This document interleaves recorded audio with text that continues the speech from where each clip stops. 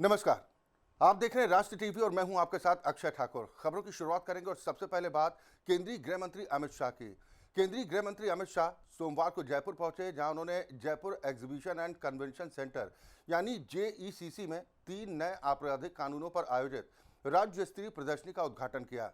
ये प्रदर्शनी 1 जुलाई 2024 से लागू भारतीय न्याय संहिता, भारतीय नागरिक सुरक्षा संहिता और भारतीय साक्ष्य अधिनियम के 1 साल पूरा होने के उपलक्ष्य में आयोजित की गई। इस मौके पर राजस्थान के मुख्यमंत्री भजनलाल शर्मा, उप मुख्यमंत्री दिया कुमारी, प्रेमचंद बैरवा और कई अन्य कैबिनेट मंत्री भी मौजूद रहे।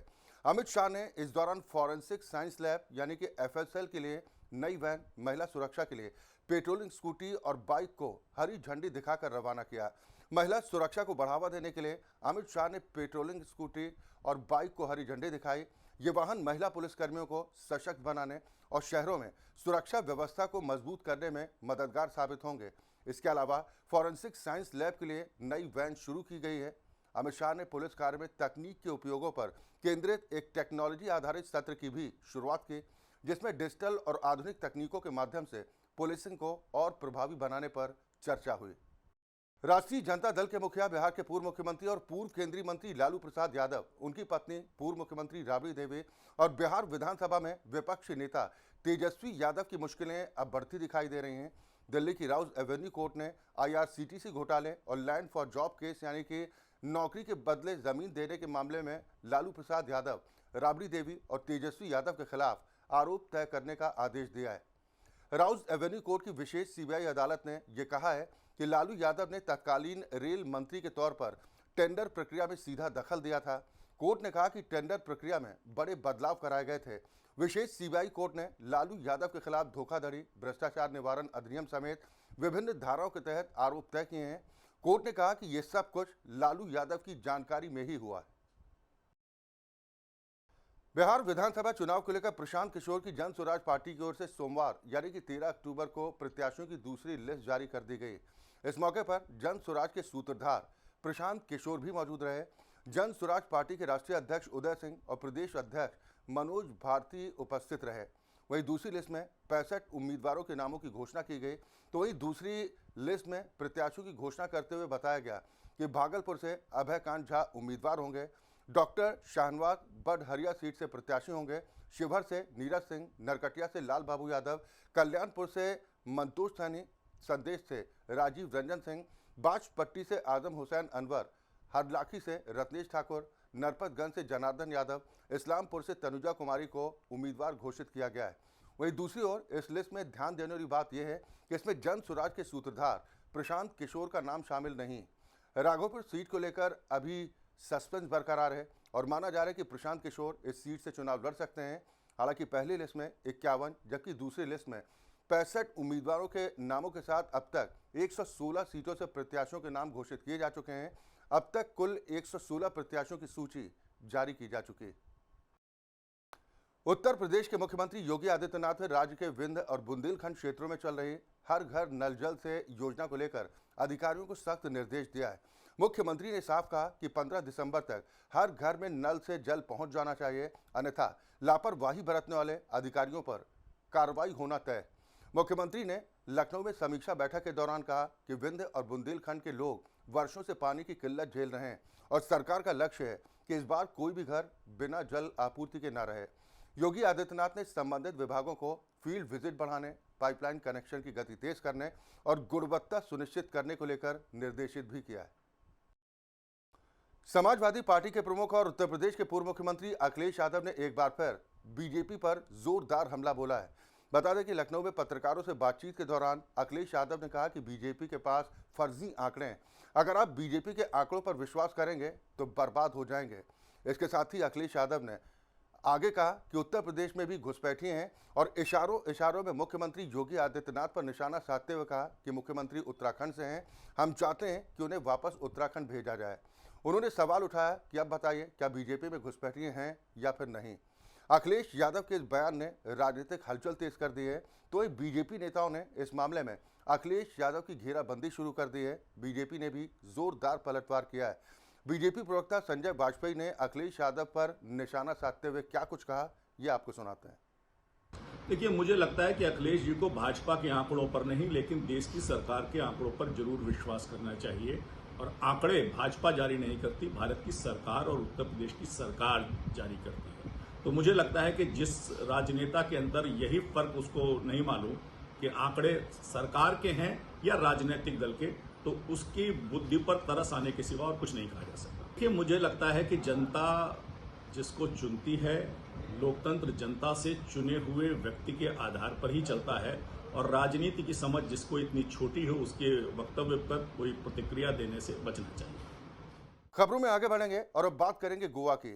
गोवा के मैं के सिकिरी गौशाला में आज सम्राट कप इंटरनेशनल से संबद्ध की गई नई कार्यकारिणी का पद ग्रहण समारोह आयोजित किया गया। बता दें कि कार्यक्रम में नरेश पेडनेकर ने अध्यक्ष पद की बागडोर संभाली, तो वही कार्यक्रम के मुख्य अतिथि के तौर पर विधायक प्रवीण शेठ भी मौजूद रहे। साथ ही उन्होंने कार्यक्रम को संबोधित भी किया। अपने संबोधन में उन्होंने समाज के विभिन्न घटकों को एक साथ लाने, सेवा, मित्रता और सांस्कृतिक एकता का संदेश भी दिया। सागर पनवेलकर उपाध्यक्ष सम्राट कप इंटरनेशनल ने स्थापना अधिकारी के तौर पर नई कार्यकारिणी को शपथ दिलवाई, जबकि सुविधा डिचोलकर स्टेट ब्लॉक अध्यक्ष ने नए सदस्यों का दीक्षांत समारोह संपन्न हुआ। कार्यक्रम में राष्ट्र टीवी के editor in chief Sandeep Kerkar ने भी कार्यक्रम में माननीय अतिथि के तौर पर अपनी मौजूदगी दर्ज कराई। साल 2024 से 2025 के लिए अध्यक्ष एडवोकेट अजय प्रभुगावकर, सचिव ज्ञानेश्वर बोरकर और कोषाध्यक्ष समीक्षा शिरोडकर ने भी अपना पदभार संभाल लिया। इस कार्यक्रम के दौरान सैकड़ों की संख्या में लोग मौजूद रहे। वहीं गोवा के शांत माने जाने वाले फोंडा में आज लोगों का गुस्सा सड़क पर उतर पड़ा। फोंडा क्रांति मैदान पर बड़ी संख्या में स्थानीय नागरिकों ने सामाजिक कार्यकर्ता रामा कानकोनकर पर हुए हमले के खिलाफ शांतिपूर्वक कैंडल मार्च निकाला, जोरदार प्रदर्शन किया। इन लोगों ने हाथों में तख्तियां थामकर मांग रखी कि रामा को न्याय दो, सीबीआई की जांच करवाओ। इन प्रदर्शनकारियों का कहना है कि गोवा में हाल के दिनों में गुंडागर्दी के मामले बढ़े हैं और अब दिन दहाड़े समाज सेवियों पर हमले किए जा रहे हैं। एडवोकेट हृदय नारायण शिरोडकर की ओर से कहा गया कि कभी एक पुलिस अधिकारी ने सख्ती से गुंडा राज खत्म करने का काम किया था, लेकिन आज हालात फिर बिगड़ते दिखाई दे रहे हैं। गुंडे अब नेताओं के संरक्षण में खुलेआम घूमते हैं। उन्होंने सवाल उठाया कि मंत्रियों को रामा कानकोनकर की गोपनीय बयान की जानकारी आखिर मिली कैसे, जो साफ दिखाता है कि पुलिस राजनीतिक दबाव में काम कर रही। उन्होंने कहा कि जब पीड़ित ने 2 मंत्रियों के नाम लिए और पुलिस पर भरोसा नहीं जताया, तो निष्पक्ष जांच के लिए केस सीबीआई को ही सौंपा जाना चाहिए। प्रदर्शन में शामिल सामाजिक कार्यकर्ताओं की ओर से कहा गया कि रामा कानकोनकर जैसे लोग कोल प्रदूषण, मादई नदी और पर्यावरण को नुकसान पहुंचाने वाली परियोजनाओं के खिलाफ आवाज उठा रहे थे और इसीलिए उन्हें टारगेट किया गया है। एडवोकेट प्रतिमा कोटिन्हो, राजेश बेरकर, विराज सप्रे और कई अन्य वक्ताओं की ओर से भी मंच से कहा गया कि ये हमला सिर्फ रामा कानकोनकर पर नहीं बल्कि हर गोवा वासी की आवाज़ को दबाने के लिए किया गया है। अभी 24 डेज से हम लोग सभी activist, political activist and like minded leaders, NGOs are going in every constituency, because every constituency we can see there is a candlelight rally done. गुंडा अगेंस्ट, गुंडाराज के अगेंस्ट ये जो हो रहा है गोवा में, उसके अगेंस्ट रैली हम लोग हर जगह जा रहे हैं। आज आपने देखा हम लोग इधर क्रांति मैदान फोंडा में आए थे, अभी मीटिंग चालू ही है और हम ये बोलना चाहते हैं कि हमको लगता है कि जो अपने गोवा स्टेट के लिए जो बिल्डर लॉबी हो रहा है गोवा, हमारा सब समुंदर, हमारे सब जगह नष्ट हो रहे हैं, जो बिल्डर लॉबी लैंड माफिया के लिए, कसिनोज के लिए, प्रोस्टिट्यूशन के लिए, डकैती, रेप्स, जब कुछ होता है तब हम जैसे लोग, रामा जैसे लोग आवाज़ उठाते हैं। इसीलिए हम पे आज हल्ला हो चुका है और वो हल्ला भी दिन को हुआ था। सो हम इस पे निषेध करते हैं, हम कंडेम करते हैं, क्योंकि हमको लगता है कि कॉन्स्टिट्यूशन ने जो हमको राइट दिया है वो हमारा डेमोक्रेटिक राइट है, right to speech, right to protest, वो तो हमको कॉन्स्टिट्यूशन में ये मिला है, दर्जा दिया है। गोवा के मोलेम पुलिस थाना क्षेत्र में आज एक बड़ी कार्रवाई को अंजाम दिया गया, जहां पर पुलिस ने 5 टन से ज्यादा बीफ बरामद कर तस्करों की कोशिशों पर लगाम लगा दी। बरामद किए गए बीफ की अनुमानित कीमत तकरीबन 20 लाख रुपए से ज्यादा की बताई जा रही है।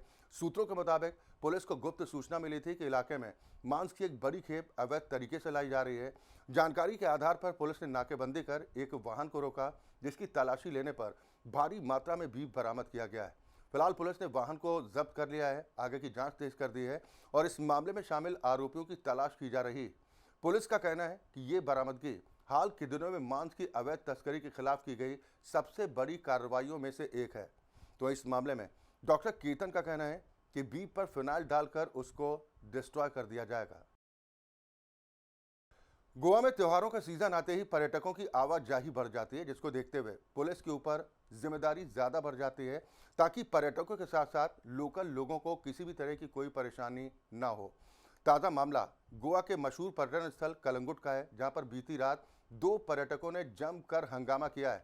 वहीं इस घटना की सूचना मिलते ही मौके पर पहुंची पुलिस ने इन दोनों युवकों को हिरासत में लेकर थाने भेजा। तभी थाने ले जाते समय दोनों आरोपियों ने गाड़ी में ही पुलिसकर्मियों पर हमला कर दिया और उनकी कॉलर तक पकड़ ली।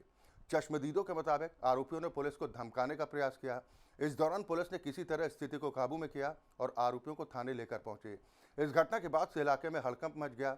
स्थानीय लोग सवाल उठा रहे हैं कि पर्यटन सीजन के बीच गोवा में कानून व्यवस्था की स्थिति आखिर क्या सही दिशा में है। वहीं पुलिस का कहना है कि आरोपियों के खिलाफ हमला करने, नशे की हालत में उत्पात मचाने और धमकी देने के आरोप में मुकदमा दर्ज कर लिया गया है। उसके ऊपर दारू पी के नाटक कर रहा था, तो उसको पुलिस अरेस्ट करके लेकर आया। तो बाद में पुलिस के ऊपर ही हमला कर दिया। तो पुलिस वाले ने फिर बीच बचाव पे उसको इधर गाड़ी रोक के और हम लोगों को बुलाया कि थोड़ा बचाओ इसके साथ में। इस वजह से फिर हम लोग उसको समझाया, नहीं का फिर पीसीआर को बुला के उसको अभी रवाना किया। टुरिझमसाठी सगळे लोक इथे येतात, पण आपणच इथे टुरिस्ट सेफ आहे का? कारण पोलिसांनाच जर लोक आशे करत असतील आणि बेसिकली तो मुलगा म्हणत होता की मी बिश्नोई गँगचा आहे, राजस्थान वगैरे तुम्ही माझं काहीच करू शकत नाही, पोलिसांना इथे येऊन संपवून टाकेल, तर ही खूपच खराब गोष्ट आहे। तर टुरिझमकडे गोवा पोलिसनी वगैरे सगळ्यांनी लक्ष दिलं पाहिजे। गोवा के पेडणे में हाल ही में हुए अपहरण के प्रयास की पृष्ठभूमि में अब स्कूल स्तर पर जागरूकता अभियान शुरू किए गए हैं। इस पहल का उद्देश्य छात्रों को सतर्क रहना सिखाना और ऐसी किसी भी आपराधिक गतिविधि से स्वयं की सुरक्षा के प्रति जागरूक करना है। संस्था प्रमुख ने उन छात्रों की सूझबूझ और हिम्मत की सराहना भी की जिनकी तत्परता से वो अपहरण के प्रयास से बच निकलने में सफल रहे। इसी घटना के बाद पेडनेम के कई स्कूलों के प्रधानाध्यापकों ने जागरूकता अभियान चलाने की पहल की है।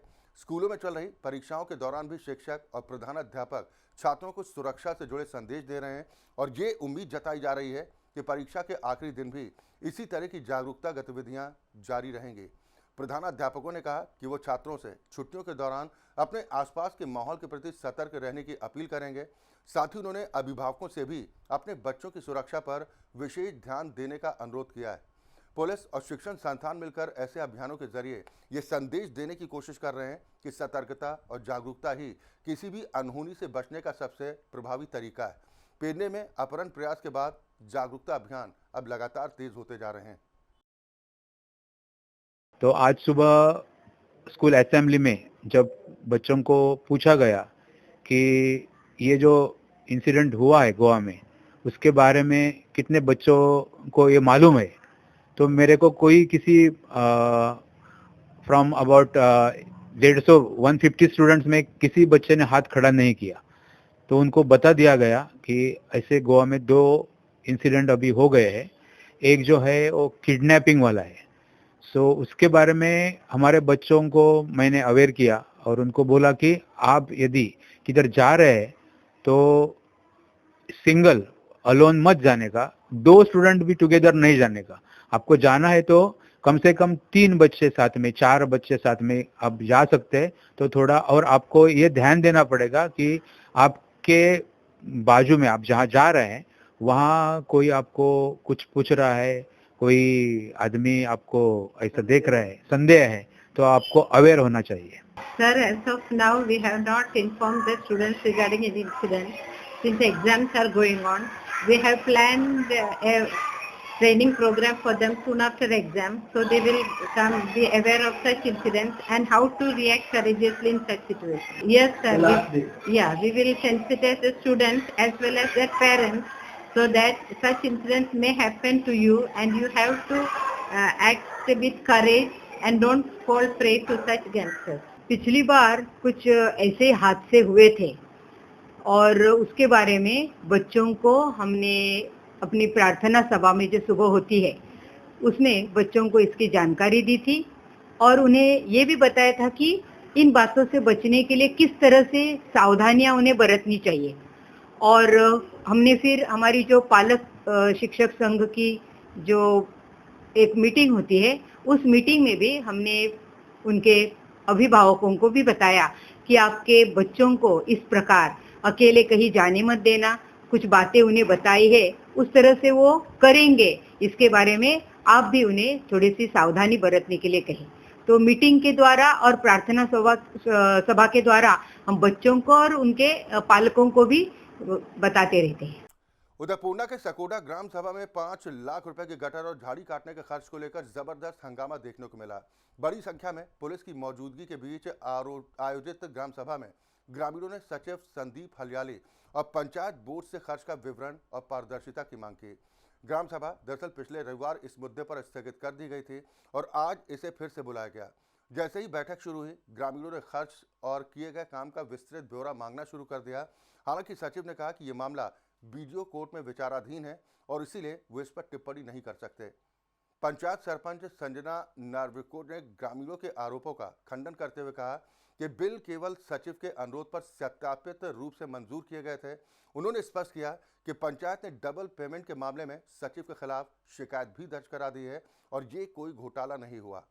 पंच सदस्य शिरीष देसाई की ओर से कहा गया कि कुछ ही लोग इस खर्च मामले को राजनीतिक लाभ के लिए भुनाने की कोशिश कर रहे हैं। उन्होंने ग्रामीणों से कहा कि अगर उनके पास साक्ष्य हैं तो वो पंचायत सदस्यों की अयोग्यता के लिए शिकायत दर्ज कराएं। पेडनेम के धारगल गांव में गोवा सरकार की ओर से खरीदी गई बड़ी जमीन आज भी अधिकांशतः खाली पड़ी। ये जमीन लगभग 9,19,789 वर्ग मीटर में फैली हुई थी और इसे राष्ट्रीय खेलों के लिए खेल परिसर और खिलाड़ियों के आवास के लिए विकसित किया जाना था। सरकार ने साल 2009 में इस जमीन को अधिग्रहित करना शुरू किया और 2010 तक अंतिम अधिग्रहण पूरा हुआ। इस दौरान कृषि और उपजाऊ जमीन पर असर कम करने के लिए योजना में बदलाव किए गए थे। हालांकि मूल योजना के अनुसार इसे खेल शहर के तौर पर विकसित किया जाना था, लेकिन अब तक जमीन का अधिकांश हिस्सा बेकार पड़ा है। कुछ हिस्सों का उपयोग अन्य परियोजनाओं के लिए किया गया। इनमें से एक हिस्सा all India institute of Ayurveda, योग और प्राकृतिक चिकित्सा के लिए आवंटित किया गया है, जबकि लगभग 1.89 लाख वर्ग मीटर जमीन गोवा क्रिकेट एसोसिएशन को क्रिकेट स्टेडियम बनाने के लिए लीज पर दी गई। क्रिकेट स्टेडियम परियोजना में लगातार विलंब हुआ और सरकार ने लीज शर्तों के तहत भूमि के अप्रयुक्त रहने पर चेतावनी भी जारी की। खबरों में आगे बढ़ेंगे। बात पाकिस्तान की। एक बार फिर पाकिस्तान अपनी ही लगाई आतंक की आग में झुलस रहा है। पाकिस्तान के पंजाब प्रांत में रविवार रात फिर हिंसा भड़क उठी। लाहौर से कुछ किलोमीटर दूर मुरीदके में तरीके लब्बैक पाकिस्तान यानी टीएलपी के प्रदर्शनकारियों और सुरक्षा बलों के बीच भीषण झड़प हुई। स्थिति इतनी बेकाबू हो गई कि पुलिस को लाठीचार्ज और आंसू गैस के गोले दागने पड़े। वहीं प्रदर्शनकारियों ने पुलिस और रेंजर्स पर अत्याधुनिक हथियारों से गोलीबारी करने का आरोप लगाया। स्थानीय मीडिया के मुताबिक रविवार सुबह रेंजर्स और 5 जिलों से भेजी गई बड़ी संख्या में पुलिस बलों ने मुरीदके स्थित टीएलपी कैंप को चारों ओर से घेर लिया और इसी दौरान ये झड़पें शुरू हुई। टीएलपी का दावा है कि पुलिस की गोलीबारी में उनके 11 समर्थक मारे गए, जबकि रेंजर्स ने बख्तरबंद वाहनों से कई लोगों को कुचल दिया। हालांकि सरकारी एजेंसियों ने इन दावों की पुष्टि नहीं की है। लाहौर पुलिस के डिप्टी इंस्पेक्टर जनरल के अनुसार अब तक 112 पुलिसकर्मी घायल हुए हैं, जबकि कई लापता बताए जा रहे हैं। प्रदर्शनकारियों ने शहर के प्रमुख चौराहों यतीम खाना चौक, चौबुर्जी, आज़ादी चौक और शाहदरा पर बैरिकेड्स भी तोड़ दिए। सूत्रों के मुताबिक टीएलपी के कार्यकर्ता इस्लामाबाद की ओर मार्च कर रहे थे, जहां पर वो अमेरिकी दूतावास के पास गाजा के समर्थन में प्रदर्शन करना चाहते थे। राजधानी की सुरक्षा को देखते हुए इस्लामाबाद के रेड जोन को किले में तब्दील कर दिया गया और कई होटल्स को भी खाली करा दिया गया। हालात अभी भी लगातार तनावपूर्ण बने हैं। पुलिस ने आगे बढ़ने से रोकने के लिए झेलम पुल और वजीराबाद के पास खाइयां तक खुदवा दी। सरकार और टीएलपी के बीच बातचीत की कोशिशें जारी हैं, लेकिन इस टकराव ने एक बार फिर पाकिस्तान की आंतरिक अस्थिरता को उजागर कर दिया है। गाजा में जारी संघर्ष के बीच एक बड़ी राहत भरी खबर सामने आई। गाजा शांति समझौते के तहत आतंकी संगठन हमास ने कुल 20 बंधकों में से 7 को रिहा कर दिया, जबकि बाकी 13 बंधकों को भी जल्द मुक्त किए जाने की उम्मीद जाहिर की जा रही। रिहा किए गए बंधकों को इजरायली अधिकारियों के हवाले किया जा चुका है और उनकी स्वास्थ्य जांच के बाद परिवारों से मिलने की प्रक्रिया शुरू हो चुकी है। इस रिहाई के बाद अंतर्राष्ट्रीय स्तर पर उम्मीद जागी है कि गाजा में चल रहे मानवीय संकट को कुछ हद तक कम किया जा सकेगा। वहीं हमास ने बयान जारी करते हुए कहा कि रिहाई की प्रक्रिया समझौते के पहले चरण का हिस्सा है और आगे की प्रगति इजरायल के व्यवहार और मानवीय रियायतों पर निर्भर होगी। संयुक्त राष्ट्र महासचिव ने इस कदम का स्वागत करते हुए कहा कि ये शांति की दिशा में एक सकारात्मक शुरुआत है, लेकिन संघर्ष विराम और स्थायी समाधान की आवश्यकता अब भी बनी हुई। और इसी के साथ इस बुलेटिन में फिलहाल के लिए इतना ही। देश और दुनिया की बाकी बड़ी खबरों के लिए आप जुड़े रहिए राष्ट्रीय टीवी के साथ।